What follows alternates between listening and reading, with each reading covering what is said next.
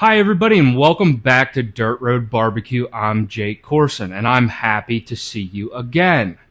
And we're back again, still on the carnivore diet, still smoking meats, still making meats, still eating meats. So the theme is the same as pretty much it's always been. But we're playing around with some stuff. We're doing some fun things. We're doing some different cuts of meat, doing them different ways. Hopefully by the end of this month, that'll be what you take out of this. But today I want to talk to you about something important. We've all seen the movies. The hot blonde cheerleader. Everybody knows she's there. Everybody gawks. Everybody pays attention to her. That in the meat world is a lot like dino ribs or plate ribs or whatever the people in Texas are calling them this week. They've got 100 billion names for them. They're all the same thing, to my knowledge. They are expensive as hell now because they are a fad. But besides the point, everybody pays attention to the hot blonde cheerleader. But there's a part of that movie where the girl who wears a turtleneck sweater, has her hair up in a bun, wearing glasses, always in the library. Nobody even knows she's there the entire movie until the ball and her evil stepsister or some random person takes her for a makeover or whatever. I don't know. I haven't seen Cinderella since I was a kid. Same point, though, is what I'm making here. Cinderella, or the nerd girl, is a lot like beef back ribs. Yes, everyone forgets about them. They sit in the cooler section at Walmart while people pass them by. And they're cheap. They're a cheap date. 4 pounds of beef ribs here cost me, I don't know, like $13.75. And while everyone just continues to glance over the beef back ribs, I'm not. I am going to give this rack of ribs a makeover, and hopefully by the end of this video I can convince you to stop walking past that aisle at Walmart and to get you people trying some beef back ribs, so in a year from now everyone can hate my fucking guts because now the price of beef back ribs is $30 for, a standard rack of beef back ribs. That's my goal. Inflation. That's what I'm after. That's what we're here to do today. Come along. Let's dust these bitches up.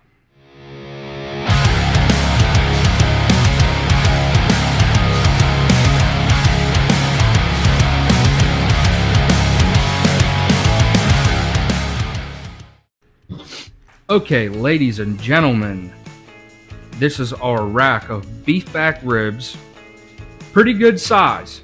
I mean, 1, 2, 3, 4, 5, 6, 7. 7 number rib cut. What is the beef back rib? The back of this is where the ribeye comes from.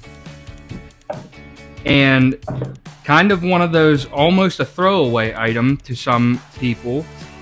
Everybody wants the ribeye. But I've never done a rack of these ribs.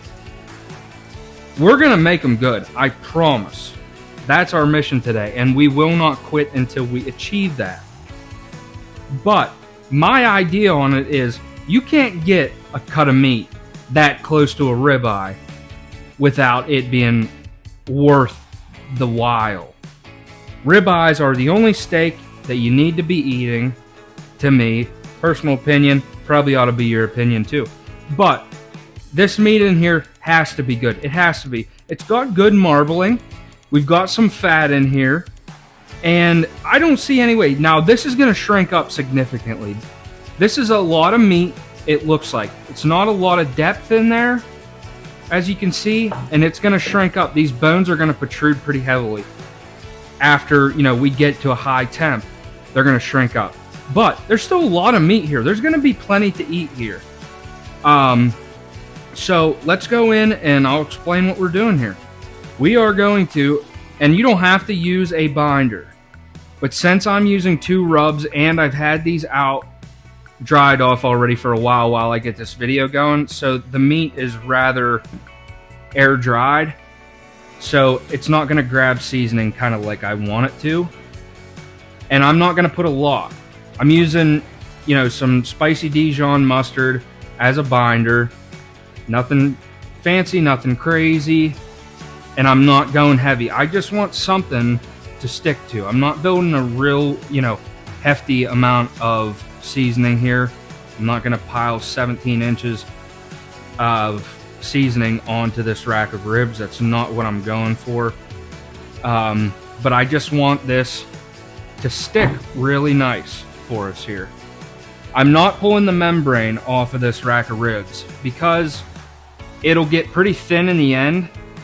This rack of ribs might not. It's got a, you know, for beef back ribs, it's got a decent depth to it.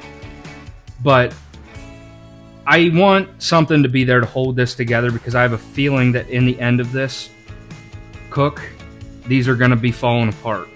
And that's my goal anyhow. So hopefully we can make happen what our aspirations are aimed at. Didn't know I had vocabulary like that, did you? Thought I was just an idiot out here fucking touching my meat on YouTube. That's what you thought. Nope. I've got a 2-year associate's degree in auto body collision repair. So I'm here to flaunt it. So, okay. Got that done. We're going to do the backside first because we want our presentation on the top. That is the goal when you're rubbing. That's what you always do. What's your presentation side? Do it last because after you flop stuff around, it's going to mess your rub up and stuff. So you always want the last thing that you sprinkle seasoning on and rub in is your presentation side. What's going to be laying on the top for people to see right before they tell you you're a magician for smoking this meat this way or preparing this dish this way. That's the name of the game. So we're going to go in first coat, a little bit of the barbecue rub. This is more of something that I use on pork, but I do want a little bit of a sweet side to these ribs. Just a little bit of sweetness. You know, and the barbecue rub's got a little bit of a brown sugar essence to it. And it's going to, I think, give us that little bit, that little touch of sweetness that we're going for. At least I'm going for. Use whatever seasoning you like. If you're going for just more of like a Texas style, you know, salt and peppery type beef, do that. I'm fine with that. I'm not going to show up to your house and beat the shit out of you if you don't use the same seasoning as me. I tell you that all the time. So, we're just getting that light dusting on here. And you know, I think this is going to turn out pretty darn nice. I am excited for these. Like I said, they're cheap for now. I think we're going to get a lot of meat off of this. And I think we're going to be, you know, maybe have a new thing we're going to be doing more frequently after we get these done. I'm pretty confident. I mean, it's beef. Like I said, it's that close to the ribeye. How bad can it be? We know that meat's good in there. And it's a close neighbor to the ribeye steak. So, it's going to be just fine, guys. I promise. I promise. I wouldn't let you down. Have I let you down yet? Probably. But if I have let you down, will allow me to take a chance at redeeming myself on this episode. Top side, presentation side, the pretty side. The side you take home to mom. You know what I'm talking about. Come on. We're going in with it. We are going in with it. I want a nice bark on the outside of these. Not a, you know, I don't want to have to cross the Saharan desert to get to the meat through this. It's not what I'm going for, but I want a nice dark Texas looking crust on the outside of these beef back ribs. On the second coat, by the way, I don't think I said, we're going in with Meat Church's Holy Cow. Been using it a lot on beef lately. I do like it. It's mostly salt and pepper, I believe. But I think it's going to give us a nice, you know, kind of almost doing this kind of like a brisket is the kind of what I would explain the cooking procedure that I'm going to take here. I wouldn't say the seasoning. I would not put the barbecue rub on a brisket. But the procedure we're going to use for cooking this is going to be very similar to brisket. It's not going to take nearly as long, obviously, but you know, we're going to do the wrapping. We're going to do a little bit of resting, as long as I don't get too hungry to wait on it. That's the plan. So, all seasoned up here. This is what it looks like. Very pretty. I'm going to let this sit for 15 minutes to wick the moisture out, to soak into that meat while I warm the smoker up. I'm going to go outside right now. I'm going to turn the Traeger on to 250 degrees, and I'll meet you guys out there whenever this is had a chance to absorb some of that moisture. We'll be back. Here we are out here at the smoker here, 250. And as you can see, we've built up, you know, this seasoning has absorbed a lot of that moisture. We've got 2 probes in it at 250. I am actually going to turn this around. I'm going to put the thicker meat towards the exhaust because it's going to get hotter over there. And we're just going to let this roll. It's probably going to take about 2 hours, I'm guessing, maybe a little bit more. We're going to be around 165, 170 before we probably pull it off. But mainly we're looking for the color of that, where we want it. And then we're going to come back out here and we're going to wrap this up. So, not doing anything. If something gets a little dark, looks like it's going to, you know, start to heat up a little bit, char a little bit, I might come out and spritz it with some apple cider vinegar. But other than that, we're just rocking and rolling out here in about 14-degree weather out here in Pennsylvania, getting ready for the snowstorm of the century. We'll be back when we're ready to pull this off. Okay, guys, these ribs, see, they're starting to pull off a little bit. This next part is when they're going to really start coming out and showing themselves. So, we were at like 170 to 175 whenever this part started to look real nice for me. It started to get dark over here, so I want to wrap this. So, I got a little bit of beef tallow. I've always got it in my fridge. Warmed it up a little bit, and I'm just gonna, like we do for our briskets, I'm just gonna swipe this around on this butcher paper here. You've seen me do this with brisket. I'm doing the same thing. I don't want dry paper on this meat, is really the big thing. I want it moist in there. I like the I think a lot of it has to do with just the flavor from the beef tallow. In sometimes a less fattier cut of meat, I think just goes a long way. So I'm just going down there really on the parts and pieces that are this meat's gonna set on. Just like that. I'm gonna take these and, ooh, it's already getting tender up in there. Pull these out so I'll take them in from the outside. So this is looking really good, actually. The meat feels super tender already.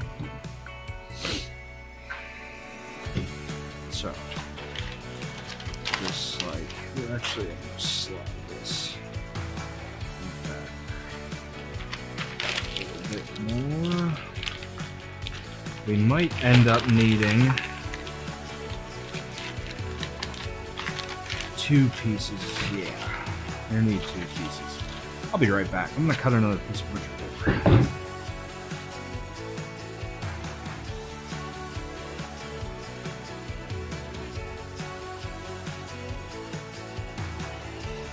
Alright, guys. These ribs hit 202. They've been on for a long time, and I took it to the full temp. These took longer than I thought they would. Took about 5 hours, a little over. So these should be like, I mean, barely hanging on here. So I'm just gonna unwrap these. See what exactly we ended up with here. And yep, that's exactly kind of what I figured they would end up looking like. What I wanted them to look like anyhow. See if I can get them off this butcher paper here without destroying them. Okay. Alright, I'm going to bring you over here just to check these out.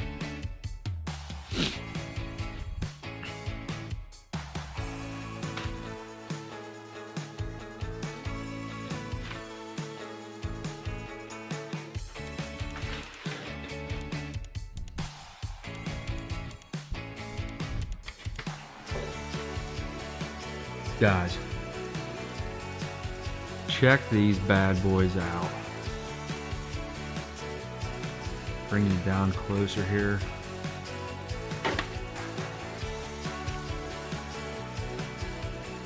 Guys, check these out. The bones are starting to try to run away on us. I mean, these should be freaking tender. Very excited to give these a bite. So, back up here. Gonna cool off for just another minute here, and we'll take a bite of these. Okay, guys, we're at the end. This is the most important part of cooking. It's why we show up and show out. Eating it, trying it, seeing what the fruits of our labor are. So, I am going to go in here. Oh yeah, this is very tender. I can tell you that for all certainty already. And I'm going to take this rest of this rack, mainly because it's cold out here, and I don't want these to get any colder, because I'm going to take these over and enjoy some of these with my dad. So I'm going to wrap them up before I do anything else and get them in this cooler here.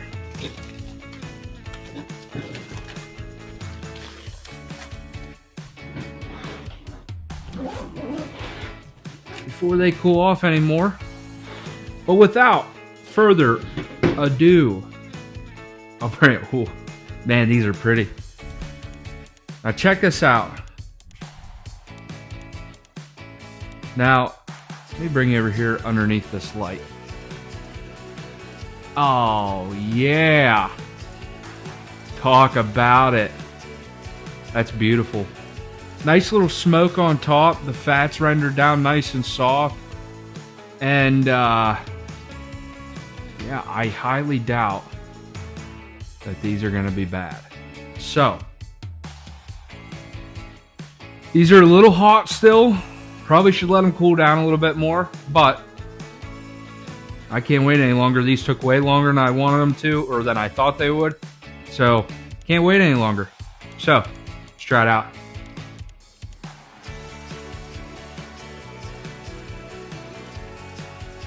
Oh, yeah.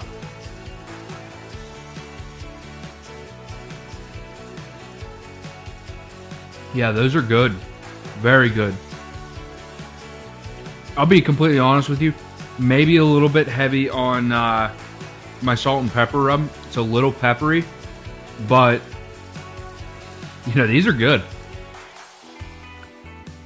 That meat's really good. I'm really surprised that like how many times I've walked past these in Walmart or any grocery store and just been like, garbage.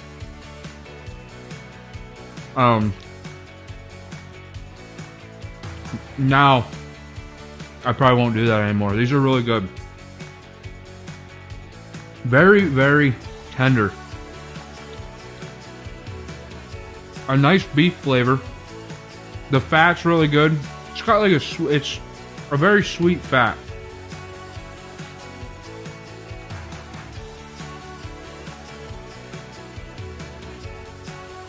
So if you're asking me, do it again? Yeah, those are worth it. Those are not a one-time thing. Get out, get yourself some beef back ribs. Try them out. Try my method. Try whatever you want to do. But that's how we did them today, and we ended up. That's kick ass. Really good, really good. I'm very surprised. Thanks for coming by. Thanks for supporting the channel. That'll do.